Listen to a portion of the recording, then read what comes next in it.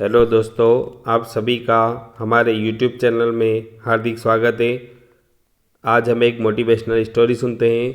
Story सुनने से पहले आप सभी को नए वर्ष की बहुत बहुत शुभकामनाएं।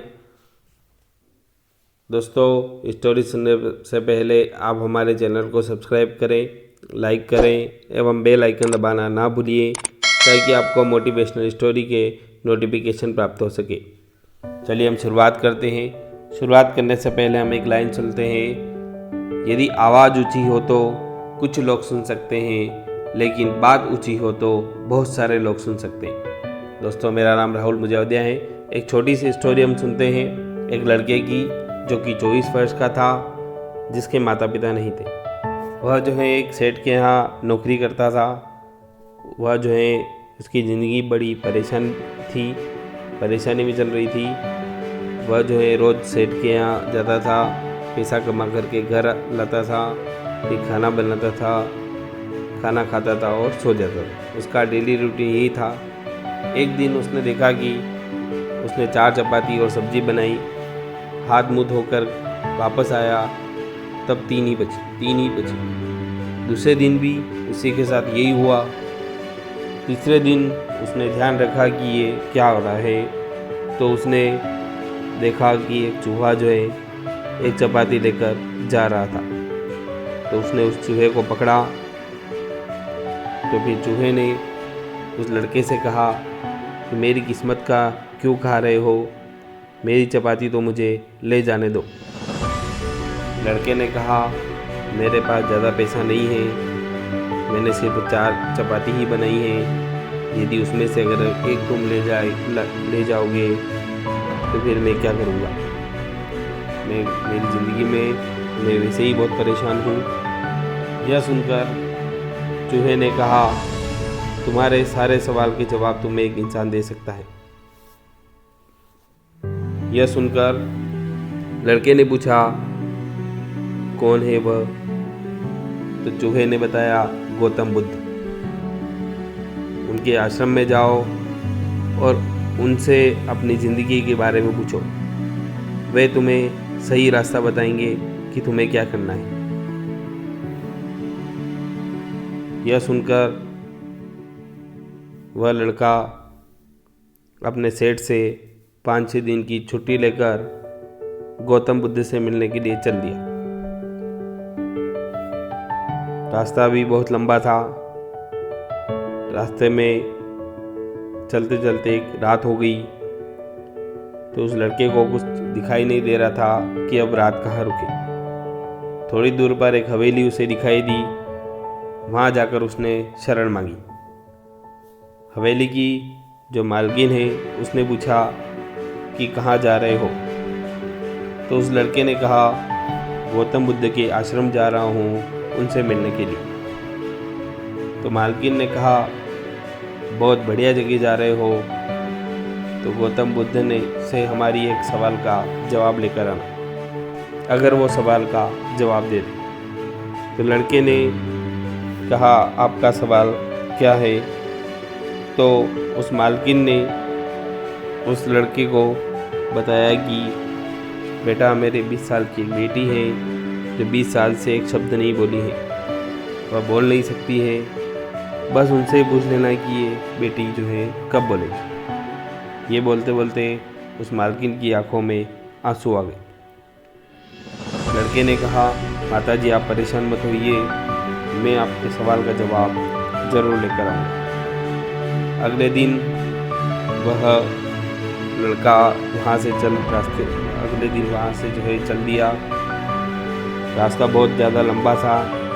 रास्ते में उसे जो है बड़े बड़े पहाड़, ऊंचे ऊंचे बर्फ़ वाले पहाड़ मिले। उसे समझ नहीं आ रहा था कि इसे कैसे पार करेगा और बहुत देर हो जाएगी। तभी उसे एक जादूगर दिखाई दिया। तो वह वहाँ जो है तपस्या कर रहा था। जादूगर के पास गया और उसे बोला कि मुझे गौतम बुद्ध से मिलने के लिए जाना है और रास्ता तो बहुत ही परेशानी वाला लग रहा है, तो मैं इसे कैसे पार करूँगा। जादूगर ने कहा गौतम बुद्ध से मिलने जा रहे हो तो मेरे एक सवाल का जवाब लेके आना। अगर तुम जवाब लेकर आ सकते हो तो मैं तुम्हें यह जो है पहाड़ फटाफट से पार करा दूंगा। लड़के ने कहा अपना सवाल बताइए। तो उस जादूगर ने बताया कि वह 1000 सालों से इस पहाड़ पर जो है तपस्या कर रहा है स्वर्ग जाने के लिए, लेकिन उसे समझ नहीं आ रहा है कि वह स्वर्ग कब जाएगा। लड़के ने कहा ठीक है, मैं आपके सवाल का जवाब लेकर के आता हूँ। जादूगर ने छड़ी घुमाई और उस लड़के को पहाड़ पार करा दिया। अब वह लड़का मैदानी इलाके में आ गया।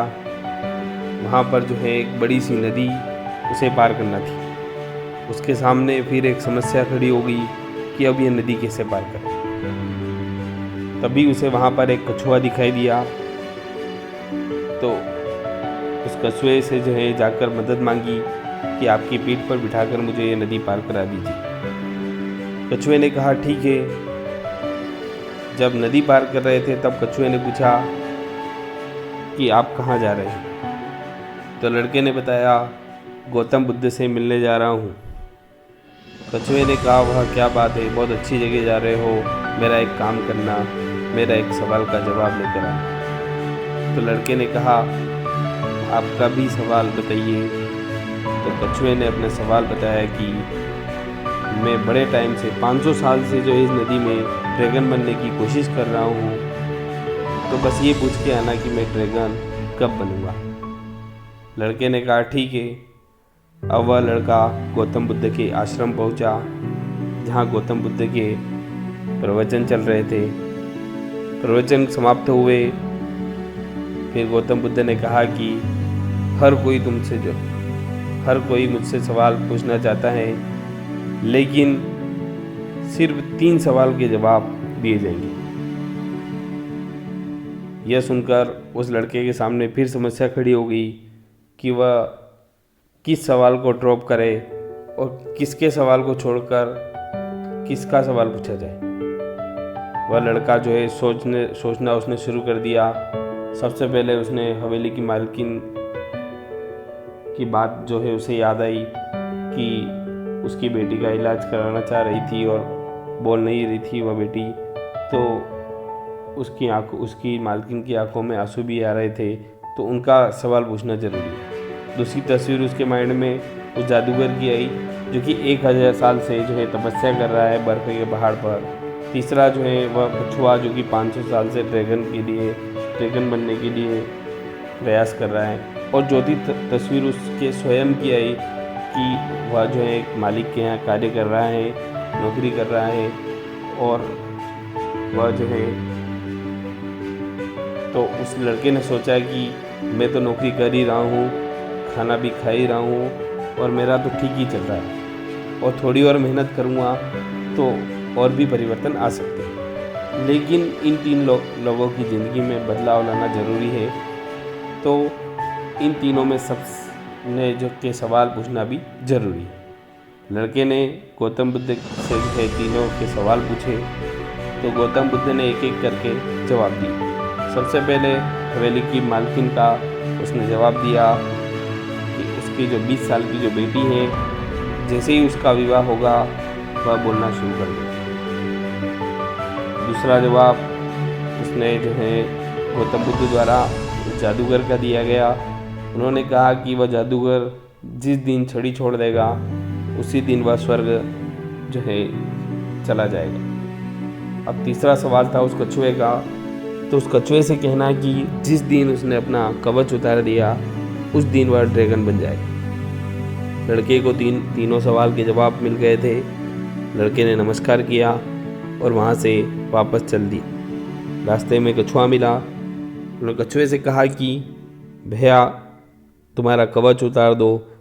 गौतम बुद्ध ने कहा कि तुम अगर जो है अपना कवच उतार दोगे तो तुम ड्रैगन बन जाओगे। जैसे ही उसने कवच उतारा मोती ही मोती निकल आए। कछुए ने कहा इन मोतियों का अब मैं क्या करूं, आप ही ले जाओ। और जितने भी मोती थे वह उस लड़के को दे दिए और कछुआ ड्रैगन बन गया। थोड़ा आगे चला, जादूगर मिला।